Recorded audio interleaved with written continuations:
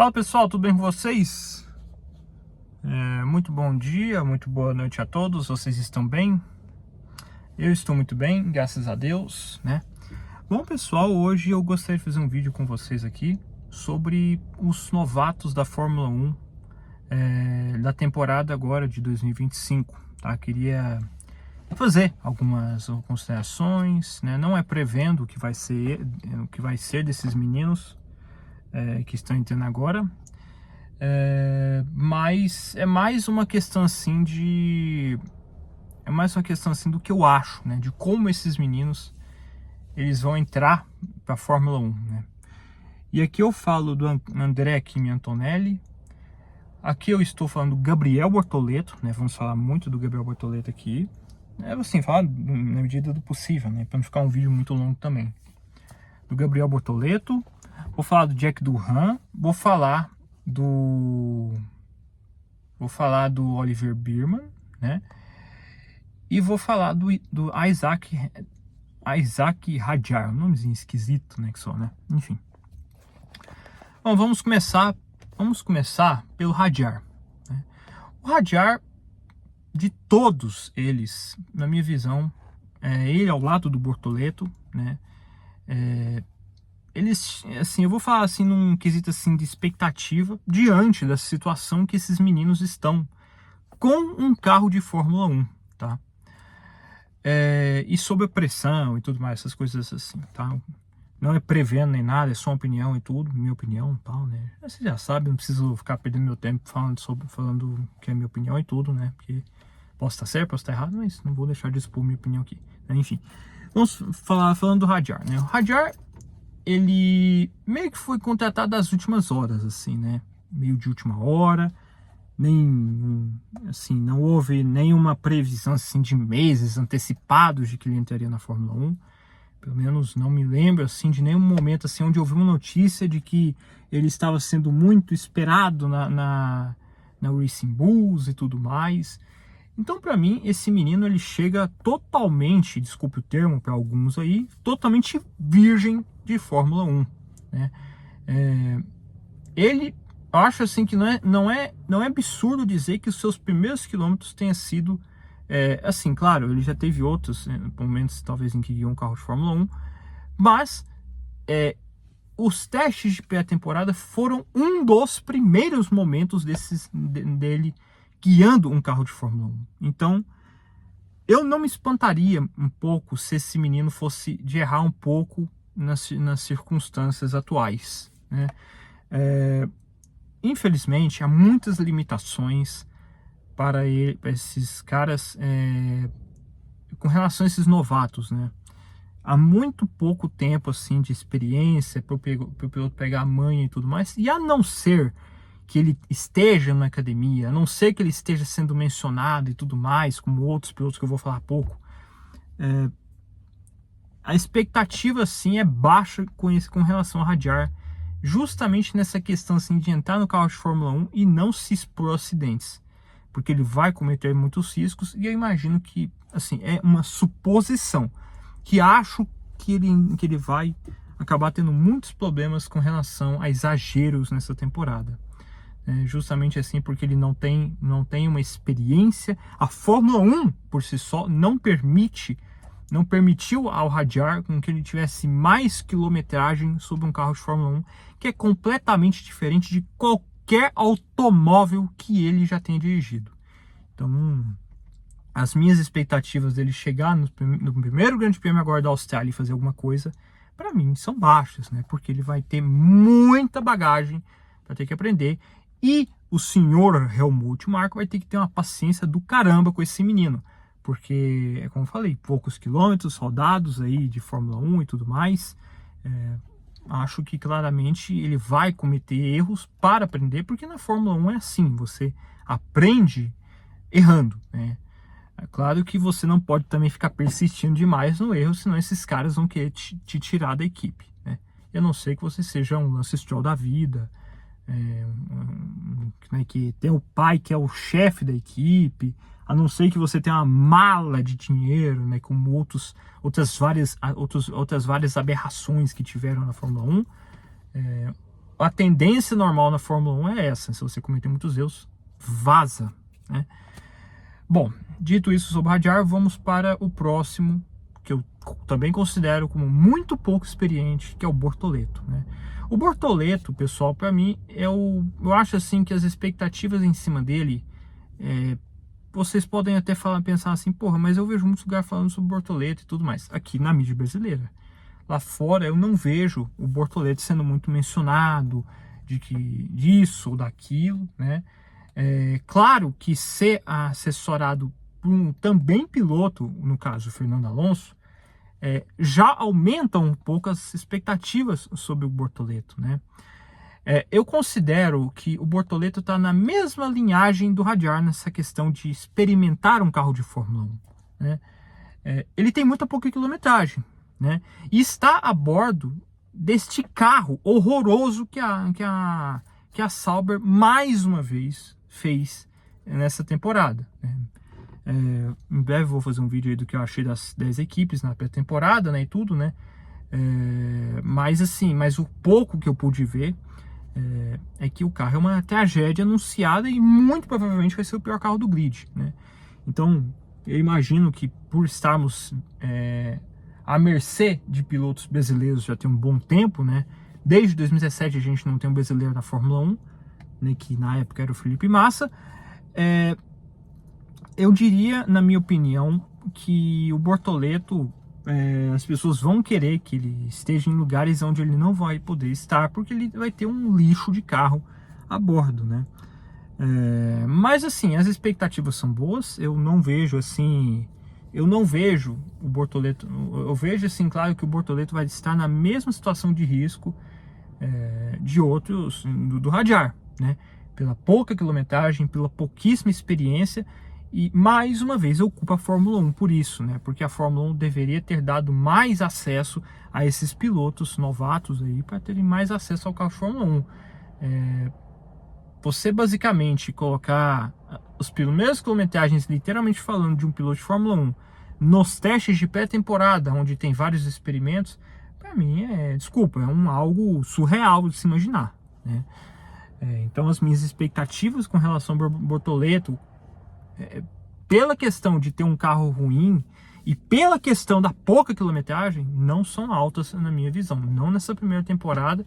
Eu já tô com isso na minha cabeça já a partir do instante que foi transmitida a primeira corrida da temporada e com o Bortoleto e com o brasileiro de volta na Fórmula 1, né? Então, assim, as minhas expectativas estão baixas com relação ao Bortoleto, né? Por mais que muitos dados colhidos e tudo falam assim que ele é um grande piloto, um grande potencial e tudo mais, assessorado pelo Fernando Alonso, que não é pouca coisa, né? Muito pelo contrário, né? Mas mesmo assim vou manter meus pés no chão com as expectativas sobre o Bortoleto, né? Vou falar sobre também o Birman, né? O Birman é o mais experiente desses novatos todos, é o mais experiente. Ano passado, guiou uma Ferrari, o segundo melhor carro no segundo grande prêmio da temporada. É o segundo? Deixa eu ver. Acredito que seja o segundo ou terceiro grande prêmio da temporada, né? Então, claramente que há essa vantagem com relação aos outros, né? Há essa vantagem porque ele guiou uma Ferrari no Grande Prêmio da Arábia Saudita no ano passado. Foi razoavelmente bem, dentro do que se espera e tudo, por todos os imprevistos e tudo, né? Ele não contava guiar o carro da Ferrari naquele grande prêmio, nem nada. E acho que ele foi bem, né? Ele ficou muito longe do Leclerc, né? Mas, pô, né? Não dá, né? Comparar também um piloto já com uma experiência como o Leclerc do que com ele, né? Ali, né? Tals, né? E aí, quando ele foi para a Haas, acho que no Grande Prêmio do Azerbaijão, ele surpreendeu, bateu de frente com o Hülkenberg, e quando foi no Grande Prêmio do Brasil, sofreu um pouquinho ali nas condições de chuva, né? Mas até que foi razoavelmente bem, né? Se arriscou muito, essas coisas todas, né? O que é normal e tudo. Mas assim, ele tem uma bagagem na Fórmula 1, né? Ele já tem uma bagagem e tudo. Ele, inclusive, se eu não tô errado, ele também até já fez... posso estar errado a isso, tá? Mas ele já fez testes também já com alguns carros, acho que com o carro da Ferrari. Eu não tô lembrado assim precisamente isso aqui que estou dizendo, pode ser que esteja errado. Mas enfim, é um menino que que é o mais experiente desses novatos todos, né? Então, na minha opinião, assim, nas corridas em que ele se apresentou, para mim acho que ele foi bem, né? Eu não me impressionei muito, para ser sincero com vocês, assim, não é aquela coisa que na hora chama atenção, né? Mas eu gostei, né? Acho assim que acho que dá para imaginar dá para imaginar o Birman vencendo corridas, né? Dá para imaginar isso, né? Se ele vai ser campeão, se não vai, aí já é outra conversa, né? Mas acho que é um grande piloto na minha humilde opinião, né? Então é isso que eu particularmente penso sobre o Birman, né? Agora eu vou falar sobre os dois mais pressionados desses novatos, né? Todos eles são pressionados e tudo, isso aí não tenha dúvida, porque a Fórmula 1 em si é uma pressão. Estar na Fórmula 1 é uma pressão, né? Vamos falar sobre o Jack Durham, né? O Durham é o seguinte, né? O Durham já tem uma certa experiência já está há um certo tempo com a Alpine, né? Mas assim, na única atuação que teve, não vi nada demais nele. E tem um detalhe que piora um pouco mais as coisas pro lado do Durham, né? Tem o Fábio Briatore está ali, né? Infelizmente ele está ali, né? Porque a Fórmula 1 ela não se sustenta nem pela própria palavra, tamanha mediocridade que a Fórmula 1 às vezes se sujeita, né? Ela não honra a própria palavra dela mesma, né? Da categoria em si, né? Que eu digo, né?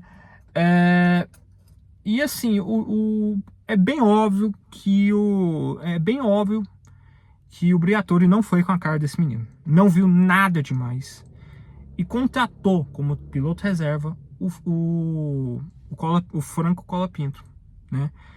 Dando um sinal muito alarmante para a situação do Jack Durham. De tal maneira que ele tem 5 corridas para demonstrar o porquê que ele deve estar na Fórmula 1. É mole?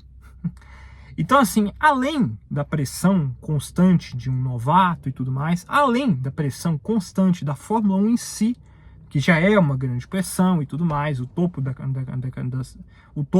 categoria automobilística e tudo mais, ainda tem que lidar com esse tipo de pressão de mostrar resultado em 5 corridas. É muita pressão e eu quero ver muito esse menino sob pressão. Na minha humilde opinião, ele não me chama tanta atenção assim.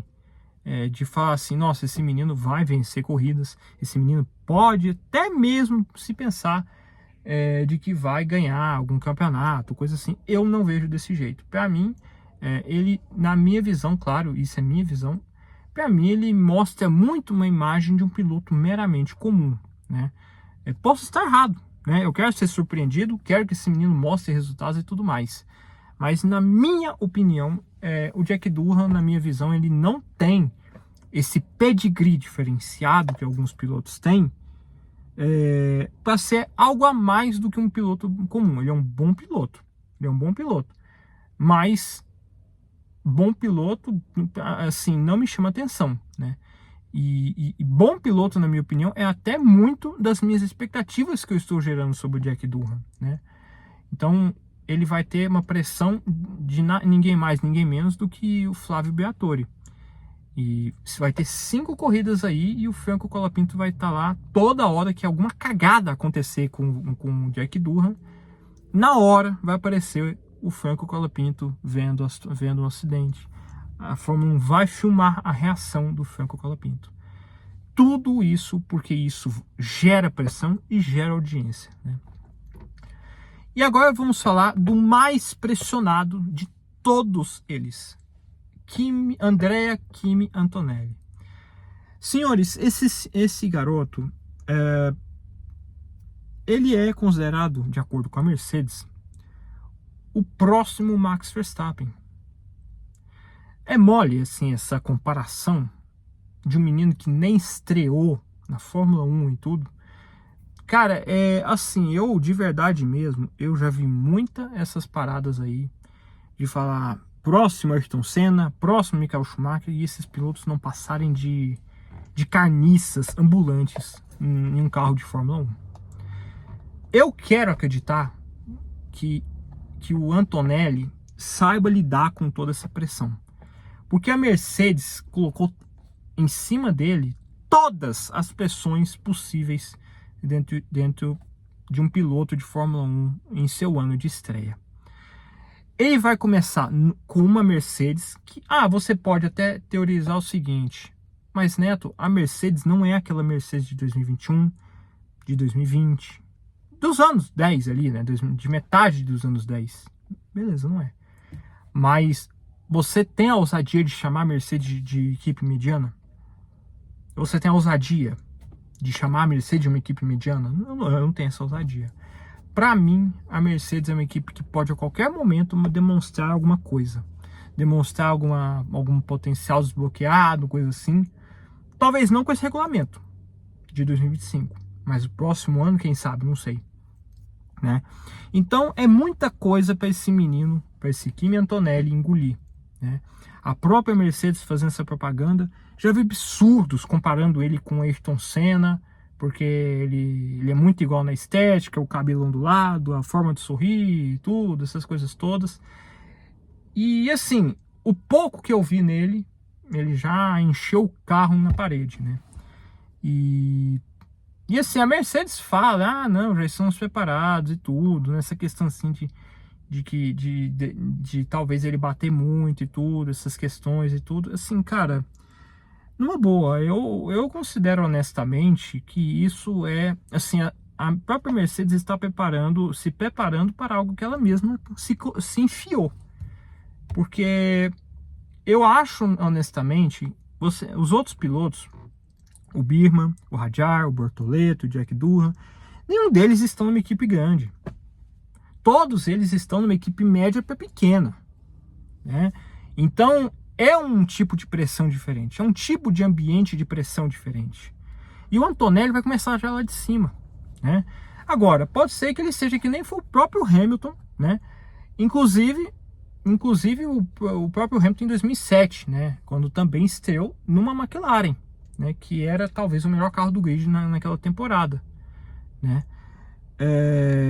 Mas assim, e eu acho assim que a maior pressão que o Antonelli vai ter que enfrentar é aquela que eu fui, em termos miúdos, o responsável por tirar o maior campeão da história da Fórmula 1, assim, o maior vencedor da Fórmula 1, da Mercedes, por minha causa.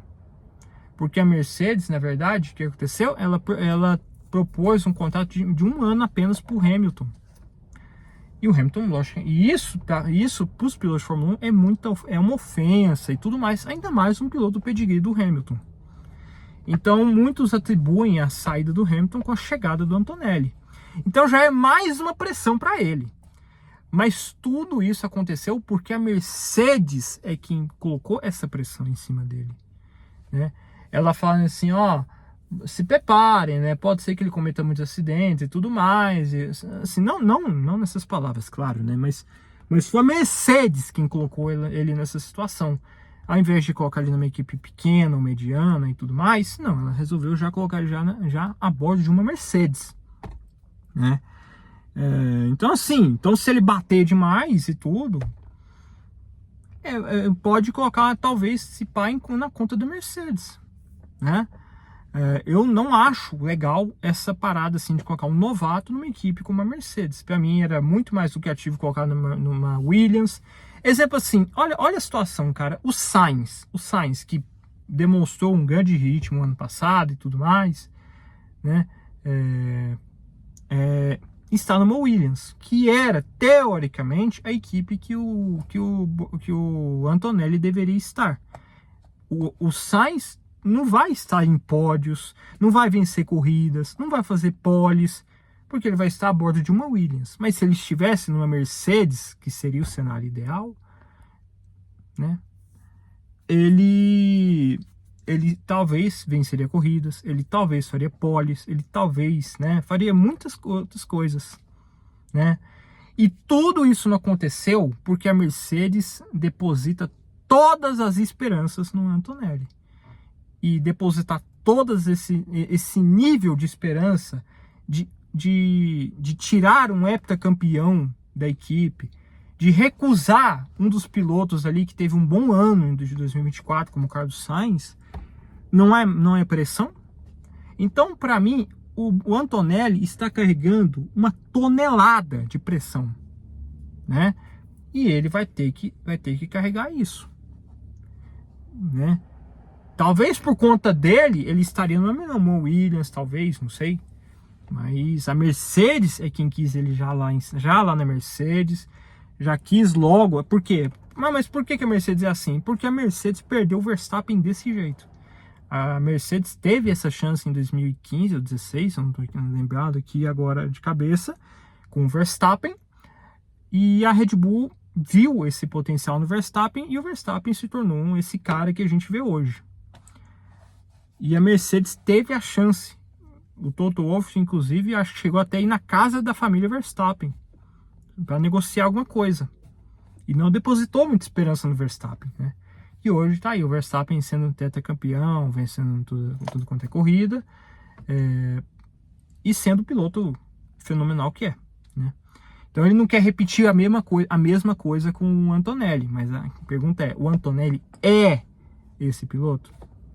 Temos que ver, né? Então, para mim, de todos eles, é o que mais vai estar pressionado, né? De todos eles, sem dúvida nenhuma, vai ser o mais vigiado de todos os pilotos. Não tenha dúvida disso, né? Então, senhores, é isso aí que eu espero dos novatos, né? Não espero muita coisa, nem nada, de nenhum deles, para ser sincero. Seja pela falta de quilometragem em um carro de Fórmula 1, ou seja porque quando esteve de fato a bordo de um carro de Fórmula 1, não mostraram aquilo que eu acho que deveriam mostrar. Sim, né? Aquele estalo assim na minha cabeça para falar, esse menino vai ser campeão, né? Então nenhum deles assim, até o exato instante, me mostrou isso, né? Então é isso aí, senhores, é o que eu particularmente penso de cada um desses meninos, tá? Então é isso aí, um fortíssimo abraço a todos, né? Vou agora pra casa aqui, porque eu tô suando de calor aqui, tá quente pra cacete aqui dentro desse carro, tá? Mas é isso aí, espero que vocês tenham gostado, um fortíssimo abraço a todos e falou, é nóis.